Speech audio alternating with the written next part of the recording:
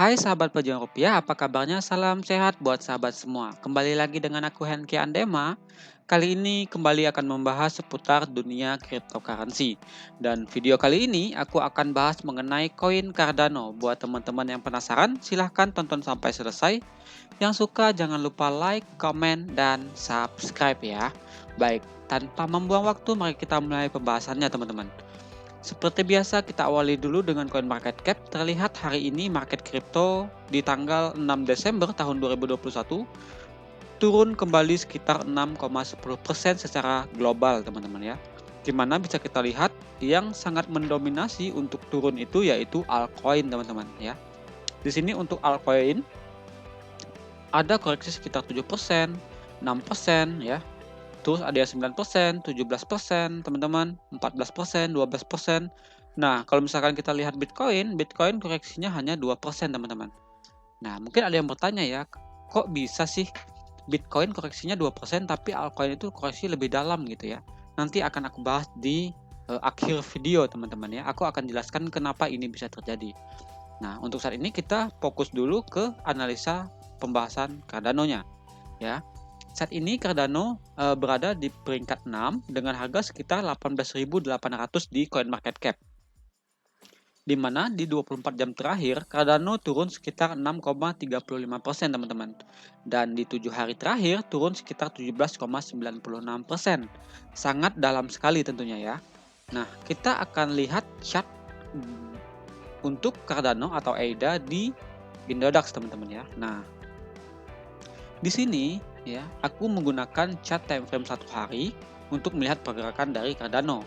Di mana aku sudah tarik Fibonacci retracement dari koreksi terakhir yang terjadi di bulan Juni ya, atau crash sebelumnya, harga crash terendah sebelumnya hingga harga tertinggi ya yang terjadi pada bulan September teman-teman. Oke.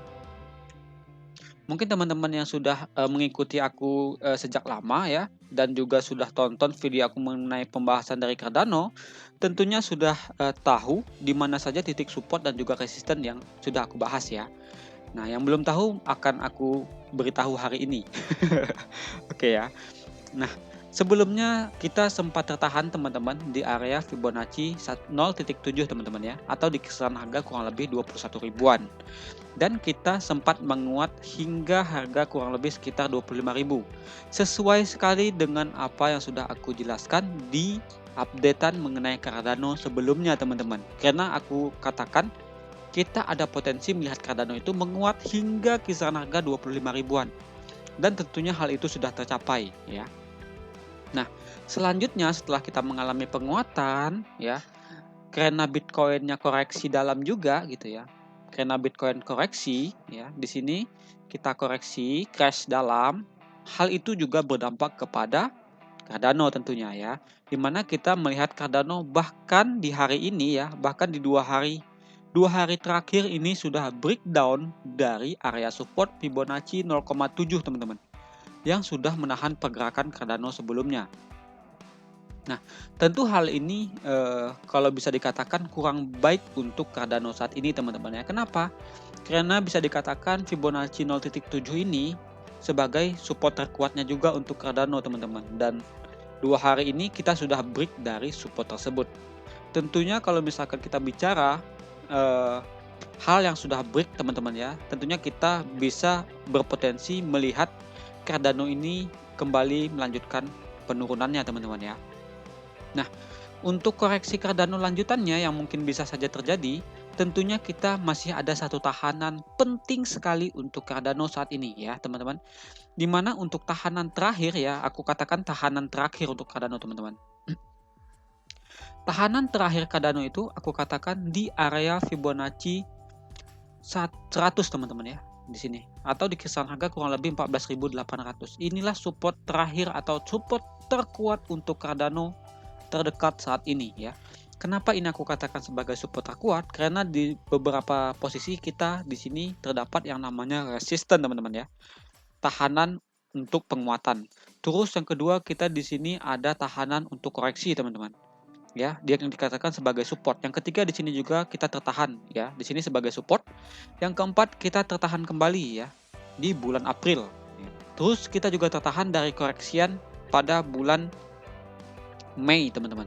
Dan tertahan kembali di bulan Juni, dan yang terakhir kita bisa lihat tertahan kembali di bulan Juli, teman-teman ya. Yang koreksi yang terjadi pada bulan Juli. Jadi di sini terdapat bentukan resisten dan juga support, teman-teman. Kalau kita hitung ada sekitar 7 ya, 1 resisten dan juga 6 support. Nah, jadi itulah yang aku katakan sebagai support terkuat saat ini untuk Cardano.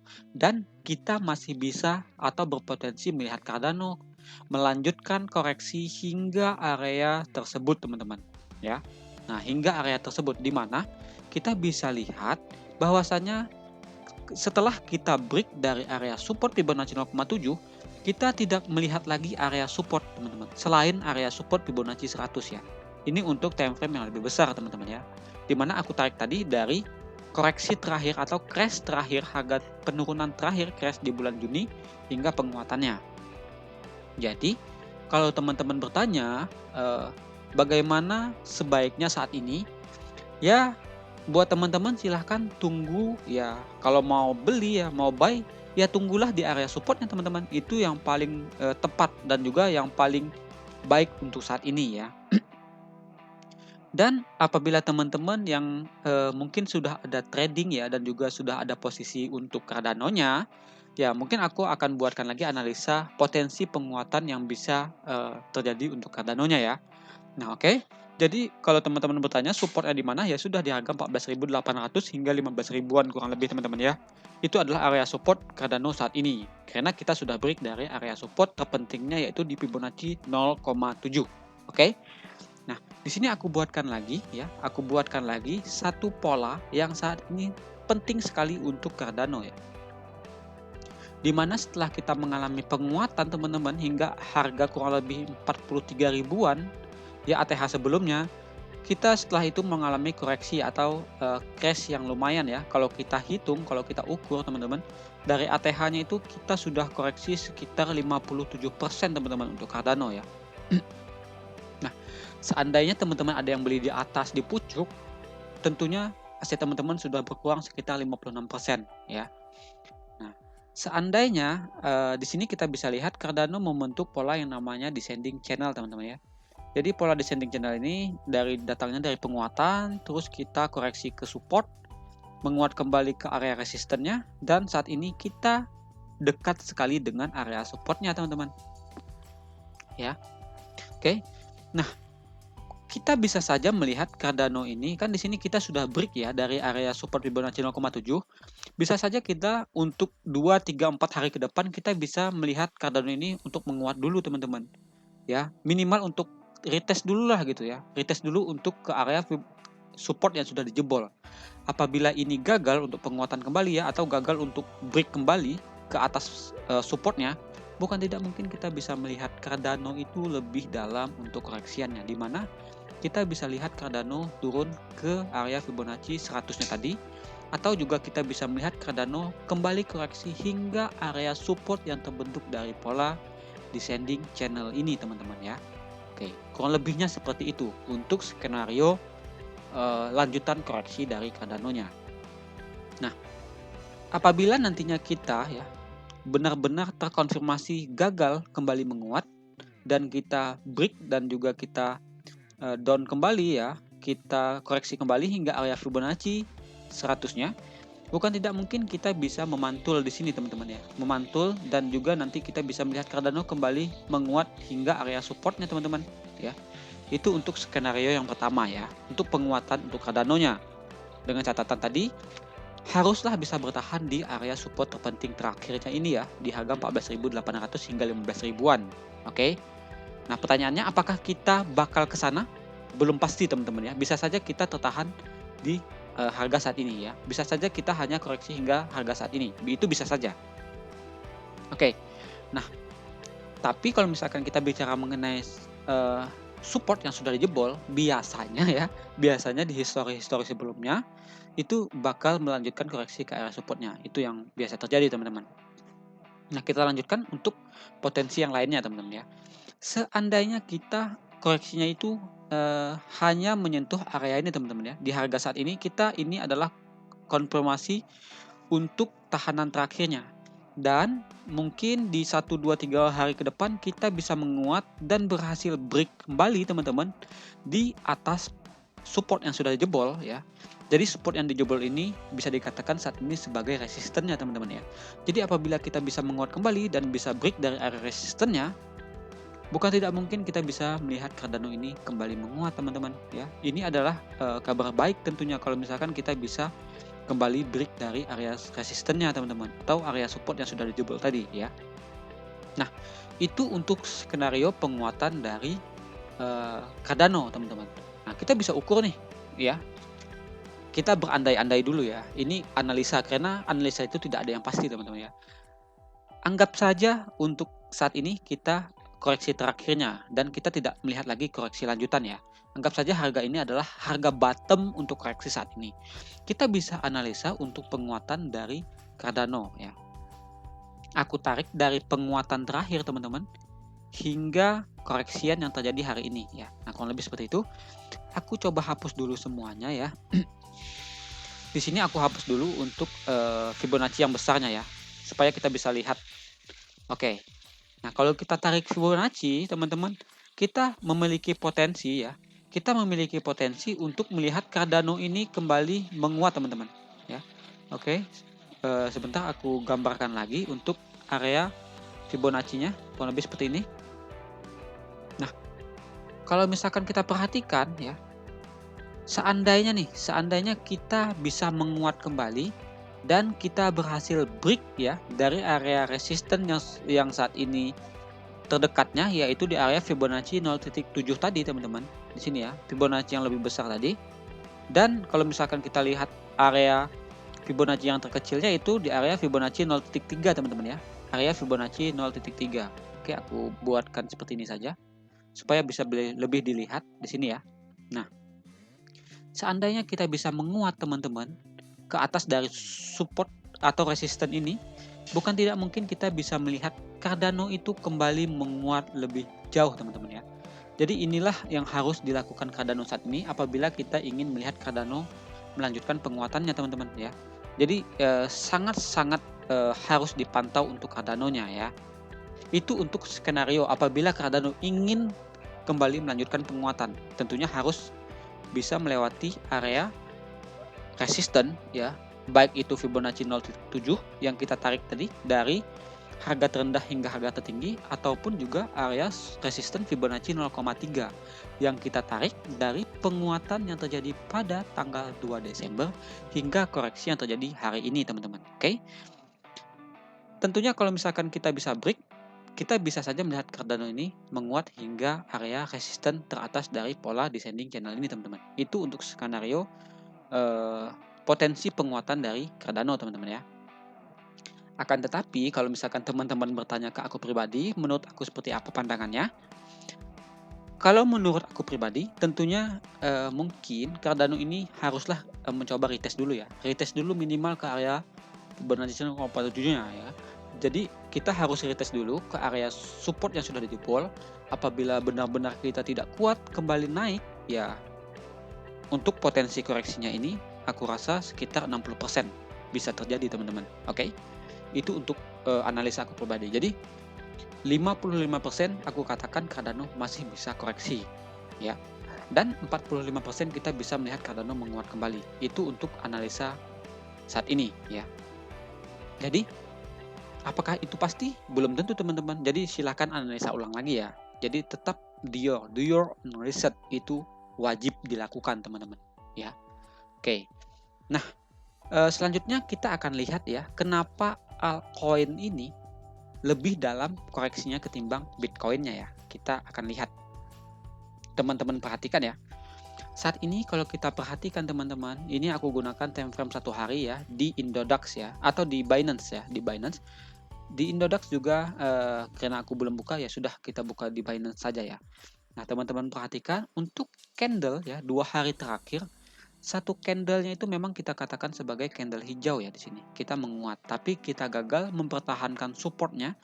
Kita hari ini kembali koreksi teman-teman ya. Candlenya adalah candle merah. Oke, perhatikan. Nah, ini untuk Bitcoin. Oke.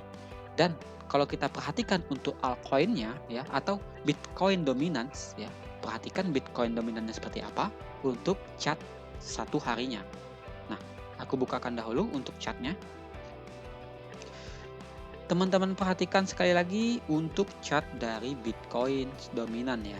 Nah, teman-teman lihat bahwasanya Bitcoin dominan selama 2 hari ini ya, di sini ya. Selama 2 hari ini candle-nya adalah candle hijau, teman-teman. Di Bitcoin dominan malah mengalami penguatan, teman-teman ya. Jadi mungkin teman-teman yang baru join di tahun 2021 ini dan juga mungkin baru gabung dalam beberapa bulan ini, banyak yang belum tahu ya untuk cycle Bitcoin. Aku akan bukakan contohnya, teman-teman ya, dan juga ini sudah ditetapkan gitulah ya.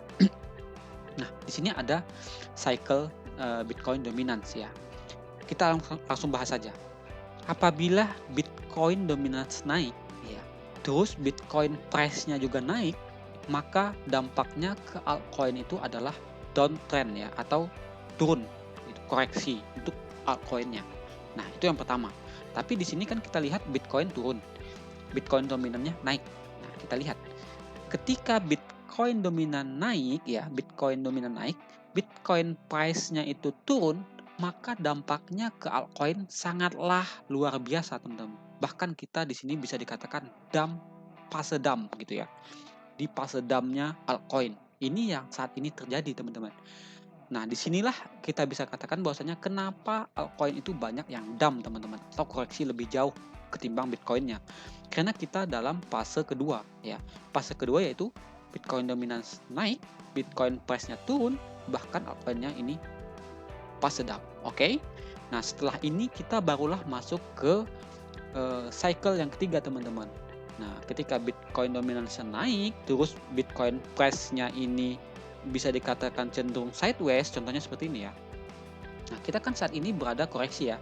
Bisa saja kita melihat Bitcoin ini, teman-teman, turun hingga area supportnya, teman-teman. Nah, yang belum tonton video aku mengenai area support ini, silahkan tonton dulu di analisa yang aku buat di Bitcoin ya. Nah, selanjutnya apabila nanti kita benar-benar retest kembali ke area resisten yang sudah dijebol ya sebelumnya, dan di sini kita mengalami sideways, teman-teman, seperti ini gitu ya. Sideways yang lumayan lama. Ya, bisa jadi kita masuk ke fase yang ketiga gitu loh. Di mana kalau misalkan Bitcoin dominannya naik, Bitcoin price-nya sideways. Nah, disinilah fase akumulasi untuk altcoin, teman-teman, di mana fase akumulasi ini adalah fase sebelum alt season. Oke? Jadi inilah yang kita tunggu-tunggu, teman-teman. Nah, kenapa setiap kali aku buat video itu aku katakan ketika kita mengalami dump seperti ini atau mengalami koreksi yang dalam seperti ini, ya ada baiknya kita cicil, teman-teman. Kita cicil di area-area supportnya seperti itu. Kenapa? Inilah fase akumulasi, teman-teman. Nah, setelah akumulasi selesai, bukan tidak mungkin kita bisa melihat altcoin ini berterbangan, teman-teman, di saat fase alt season nanti. Oke? Itu untuk pembahasan dari cycle Bitcoin dominan dan juga ke altcoin. Oke? Semoga membantu ya, semoga membantu memperkuat analisa yang sudah teman-teman lakukan. Terima kasih banyak yang sudah tonton video ini sampai selesai, dan semoga sekali lagi dapat memberikan pengetahuan dan juga menambah penguatan analisa dari teman-teman semuanya. Kita bertemu lagi di next video mengenai pembahasan koin dan juga token yang lainnya. Salam sehat buat teman-teman semua, stay safe, salam cuan.